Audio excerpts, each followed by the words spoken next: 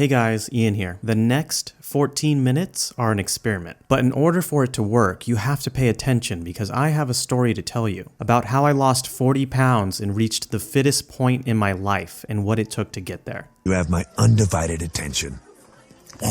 Real quick before I start, if you could drop a like and consider subscribing, but only if you actually enjoy the video and feel like it helps you out. That way, I can tell if you like the content and if there's anything I need to improve on. Okay, so let's get started. I'm going to tell you the story of how I lost 40 pounds and went from this to this. Now, before I got in shape, I was in the lowest point in my life because lots of negative things had been happening. I had a few rough patches with bad jobs, but more importantly, this was around when my mother had passed away. Before she did, there was a 3-month period where she was in the hospital in critical condition. It was during that time that I gained the most amount of weight, especially in the final week leading up to her passing because I kept ordering my family and I a lot of food while we sat at her hospital bed. That all said, if that wasn't bad enough, my job was also hassling me the week leading up to my mom passing away. When the doctors told us to come down because things were getting much worse, I had asked my boss if it'd be okay if I worked from the hospital because I only had a few vacation days left. Not only that, but I knew if my mom was going to pass away, that it would be hard going right back into work without having any vacation days to recover with. For reference, my work could easily be done anywhere. Now, I was hoping my boss would help in some way by letting me work to cover off because I really needed it. But you know what he said instead? He told me no, that I was required to use my vacation days and that no exceptions would be made to allow me to work from the hospital. He then implied that I was being selfish for even asking to work from the hospital. That if we ever work from home, that it is a team benefit and not an individual benefit. Now, imagine that you're sitting at your mother's deathbed with your family. You're beyond stressed, you're overeating, you're gaining weight, work is piling up, and then your boss tells you that you're being selfish for asking to work from the hospital. 2 days after he told me that, my mother passed away.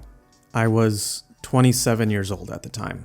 The morning after she passed away, I immediately quit my job. To say the least, this was the lowest point in my life. My birthday was a few weeks later, and I remember just walking around by myself, just thinking about life. I had spent so many years working tirelessly from job to job and I didn't really have anything to show for it. And now I'm overweight too. That's when I decided it was time to make a change and lose all the weight. Now this is how I looked when I first got started.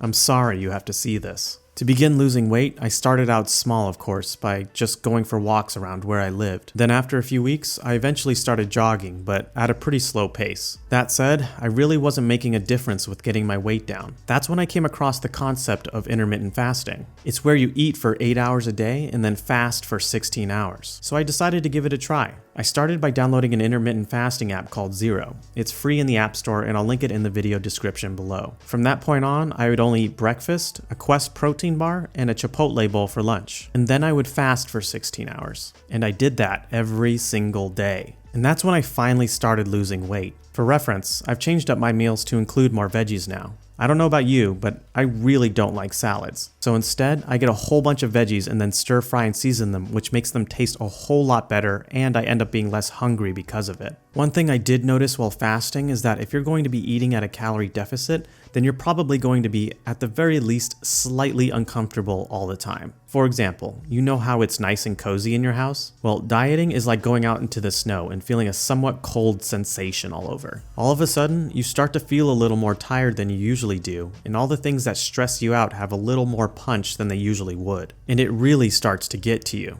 Not only that, but if you're dieting, then one of the hardest parts is not being able to eat out with your friends. I didn't realize how much eating was more of a social activity than it really was. But wait, because there's even more to it. Because when you're dieting and working out, you're effectively becoming a new person with new habits. So your old friends might not even be able to identify with you as much anymore. Now really think about that. So you're almost always uncomfortable or a little tired. Your negative feelings and anything that stresses you out now has way more impact than it usually does. And you're kinda isolating yourself from your friends. I know, I'm really selling you on this. That all said, I think this is why people are more likely to get in shape after they break up or move to another city. Because you suddenly have a lot more time to focus on yourself. If you think this is true, then give this video a thumbs up below. Now, I realized something else along the way too. You know how you see all those fitness gurus trying to sell you on their course? They almost always tell you about their super secret exclusive extra plus routine that's guaranteed to make you lose weight fast. But I feel like what they're all missing is how you handle the emotions you go through when you're trying to lose weight and get in shape. I think this is why they try to sell you on the idea that you can get fit super fast to begin with. Because then you'll tell yourself that you can put up with the discomfort if it's only for 30 days or so. But in reality, and from what I've personally seen, it usually takes half a year to almost a year to get the results you see people showing off. Now that I think about it, I pretty much started up this YouTube channel so I could help address this issue. I wanted to help people learn not only how to stay motivated and achieve their goals, but also how to manage any emotions they may be going through. If you feel like this video has been helpful so far, it would help a lot if you could like the video for the algorithm and consider subscribing. Continuing on my fitness story, I eventually got a new job and started running at the Santa Monica stairs, which is probably the most tired I have ever been. That said, I remember several times I would have to take a break by lying down in my car because I was so tired and out of breath. Even then, I still enjoyed the workout because it's not like running on a treadmill at home where you can get bored. Instead, you're running at the Santa Monica stairs where you're exercising outside with other people. I usually spend most of my time working inside all day, so this was something I found myself looking forward to, especially when you have your headphones on listening to your favorite music. It almost feels like you're not really working out at all. Now, the cardio I was doing was good, but to help build up muscle, I was also doing a bodyweight workout routine at my house. I found a free app on the App Store that guides you through the exercises and covers all your muscles. I'll link the app in the video description below. The workout was pretty tough, but I felt great because I didn't want to have to sign up for a gym or pay for expensive gym equipment. And better yet, I found myself wanting to improve on my numbers every week and took it as a sign of my growth. Eventually, I got the idea to run some Tough Mudders and Spartan races. If you don't know what they are, they're essentially obstacle course races where you run for 10 to 12 miles doing obstacles all along the way. I saw them as a challenge and something I really wanted to do. Now, they can be pretty tough, but I think what makes them fun is that you find yourself surrounded by like-minded people who also make bad decisions. Joking aside, you can sort of see a progression as I went through the various events. You'll notice how I got progressively more fit as time went on. I also started performing better at each event because being on a diet meant I had less weight to carry around. Now, one of the hardest parts of being on intermittent fasting was staying on track, because I would only eat breakfast and lunch, but it was so tempting after work to just go out and get something to eat for dinner. I had to constantly remind myself to not go out and pick up food. Even worse, the days where I had to work late or was stressed was when it was the hardest. After a while, I found myself pulling back and started to gain weight again. That's when I knew something had to be done, so that's when I started meditating. Now, before this, I didn't think very much of meditation, but I figured I'd give it a try. I wanted it to help me deal with being in a trance-like state. Of course,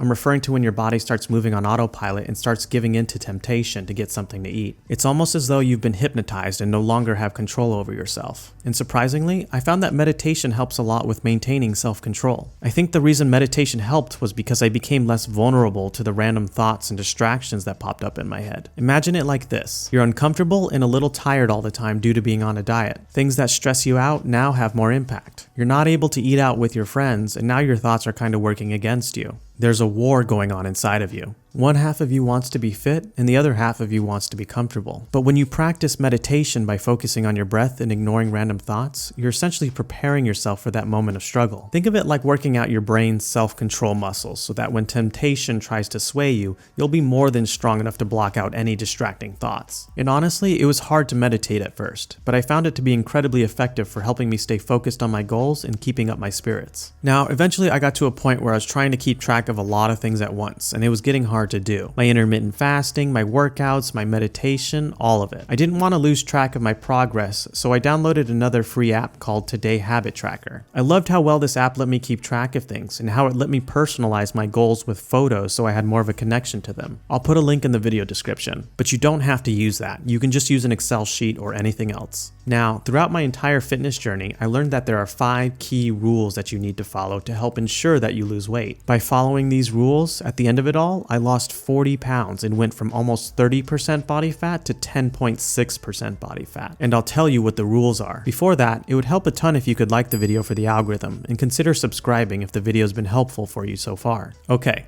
rule number 1. Keep track of your performance. Notice I didn't say progress, I said performance. That's because you may not succeed all the time when you're first starting out. So why is it important to do this? It's because if you can at least keep track of your performance, then you'll start to recognize patterns and behaviors for when you are making progress or otherwise find out what's causing you to fail. I personally weighed myself every single day and used a smart body fat scale to do so. I'll link to it in the video description below. Now, having a smart body fat scale helped me a lot because your weight will fluctuate up to 5 pounds per day due to water weight, even if you've been perfect with your diet. And sometimes you might even be gaining muscle. If you can keep track of your body fat percentage, then you'll get a better idea of where you're at every day. Rule number 2. Don't just make a plan for how you'll succeed, make a plan for how you'll fail too. I know it sounds strange, but hear me out. Most people only plan for their success, which is optimistic, but that's not realistic. There are going to be times where you're sick, having a rough time, having trouble at work, etc., that it just won't be possible for you to keep going. But if you plan for these bad situations and actually write down a game plan, then you won't feel so bad for taking a break when you actually need to. You also won't be surprised or caught off guard in your low moments and not know what to do. This includes any potential excuses or cheat days. Set the rules for your cheat days ahead of time, and then that way you won't struggle as much. Rule number 3. If you ever run into a problem that you can't handle, then break it down into a smaller problem that you can handle. For example, I love the chips and guac at Chipotle, but there are a ton of calories in that. Every time I've tried cutting it out all at once, I've almost always failed. Instead, I had to cut back by only buying guacamole and putting it into my bowl as opposed to buying chips and guac together. And that actually worked. But if that didn't work, what I would do next is just buy the kid-sized chips instead. Essentially, I made the problem progressively smaller so it was easier to handle. I guess you can say, I found this tactic to be a good way to chip away at a bigger problem. Boo! Rule number 4. In order to ignore those tempting thoughts that pop up in your head, you're going to have to meditate. As I mentioned earlier, when you're trying to lose weight, you're going to be slightly uncomfortable and a little tired all the time. Stress is going to bother you more, and you might not be able to have your friends help you out. Instead, you need to prepare yourself ahead of time for the moment of struggle by practicing meditation and focusing on your breath. As I mentioned earlier, think of it like working out your brain's self-control muscles. That way, when things start to feel like too much, you'll be more than ready to deal with it. And finally, rule number 5, the last and most important rule of all. I like to call this rule the growing pains rule. It's essentially this: if there's ever a time you need to unexpectedly cheat on your goal, then there needs to be a learning that comes out of it. For example, let's say you're trying to lose weight. There are going to be times where you encounter something you didn't expect or plan for. When that happens, you can have that unplanned cheat day when you need it, but in return, you also have to write down what's causing you to give in so you at least learn from it. For example, let's say losing weight was a bit harder than you anticipated and you need to stop for a bit, just because it was getting to be a bit too much to handle. You can do that, but if you're going to do so, then there needs to be a learning that comes out of it. That's the trade-off. You get a cheat day, and in return, you also learn something from the experience. The learning could be about yourself, your situation, etc. Whatever it is, you need to write down what caused you to cheat on your goal and when it happened. You might find that certain days of the week are more difficult, that your job might be bogging you down, or that something else is bothering you. This rule is the most important because these moments of weakness are one of the most common reasons why people don't ever end up achieving their goal. And it's not because they cheated on their goal. It's because they didn't learn anything from the negative experience, so they never get past it when they try again in the future. After all, the reason why people give up is because they're too rigid with 100% success, and if they don't get that, they end up just dropping everything. But if you're flexible and keep learning from your negative experiences, then you'll be much more likely to grow and therefore succeed. That's why I call it the growing pains rule. And that's all there is to it. If you can follow all the rules I've outlined, then you'll be much more likely to lose weight. And remember what I mentioned in a previous video. You don't necessarily have to work hard. You only have to do what's required. Now, if you feel like this video helped you out, then please feel free to drop a like for the algorithm and consider subscribing. That way, I can tell if you like the content and if there's anything I need to improve on. Also, I have a quick question for you. What advice would you give to someone trying to lose weight? Share your thoughts in the comments below. You might just help someone who really needs it. I'll see you in the next video.